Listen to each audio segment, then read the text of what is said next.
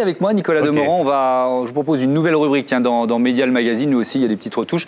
Thomas Hill nous offre une séance de rattrapage sur les images et les programmes de la semaine télé. Bonjour à tous les deux. Salut Thomas, bienvenue. On commence par une enquête sur la violence.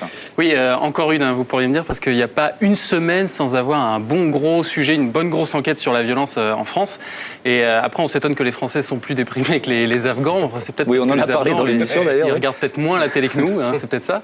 En tout cas, quand j'ai vu que lundi soir, Canal+ diffusait une nouvelle enquête intitulée Caïd des cités, le nouveau grand banditisme, j'ai immédiatement zappé et je suis arrivé sur TF1 où là il y avait une série française dont le pitch est qu'une femme allait faire croire à sa famille qu'elle était fiancée avec un noir.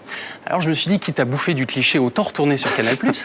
Et finalement, j'ai été vraiment scotché par cette enquête, vraiment très très bien faite, où j'ai vu des choses que j'avais jamais vues, comme par exemple ce boîtier qui permet de démarrer n'importe quelle voiture. Il nous dévoile son arme secrète pour voler n'importe quelle voiture. Un boîtier électronique fabriqué en Russie. Ce joujou de haute technologie démarre tous les véhicules en se branchant sur l'ordinateur de bord des voitures. Donc regardez, alors toutes les Alpha on peut les prendre. Aston Martin, Cadillac, Chevrolet, Chrysler, Citroën, Dacia. Ça déroule, il y a toutes les marques. Ici on est vraiment dans le prototype, on peut prendre tout ce qui bouge. Tout ce qui roule, tout ce qui vaut des sous, on le démarre. Cette machine, elle est faite que pour les voleurs, spécialement pour les voleurs. Il y en a peut-être une centaine d'exemplaires dans le monde. Combien ça coûte ça sur le marché noir?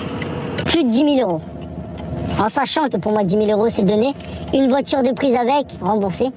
Voilà, c'est quand même assez pratique quand on a perdu ses clés. Voilà, vous avez ce petit boîtier. Qui veut voler une Dacia, c'est ça? Oui, c'est pour ça que vous voyez ici. C'est plus étonnant. Ça a bien marché? Très bien marché, ça a fait plus d'1 million de téléspectateurs, c'est énorme sur Canal. Enfin, on n'a rien contre la marque Dacia, parce qu'on va se faire taper sur les doigts.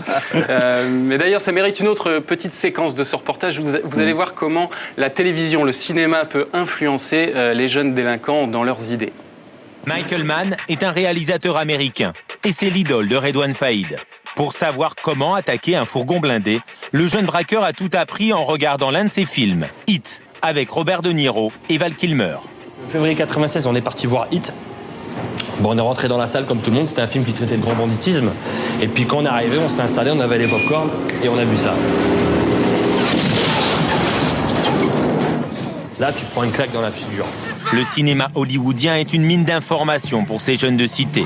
D'ailleurs, quand ils passent à l'action, ils n'hésitent pas à se grimer, comme dans les films dont ils se sont inspirés. Le clin d'œil qu'on a fait, c'est que comme les braquages précédents qu'on avait fait, parce qu'on était monté dans une banque avec des masques politiques comme pour faire dans Point Break avec Patrick Swayze, donc là on s'est dit on va prendre des casques de hockey et on va monter sur un fourgon blindé, on va se le faire à la Michael Mann. Et c'est ce qui s'est passé.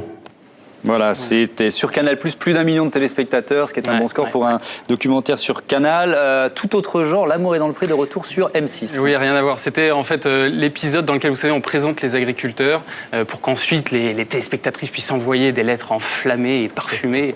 Bon, et d'habitude, cet épisode, il est diffusé en deuxième partie de soirée parce que regarder des portraits d'agriculteurs pendant 2 heures, c'est considéré dans le jargon des professionnels de la télévision comme très chiant.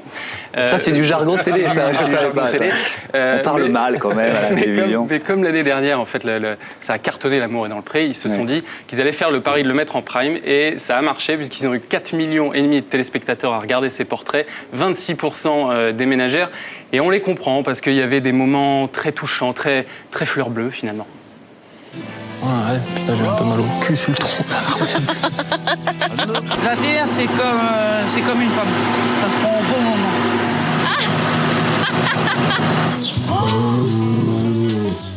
La vache.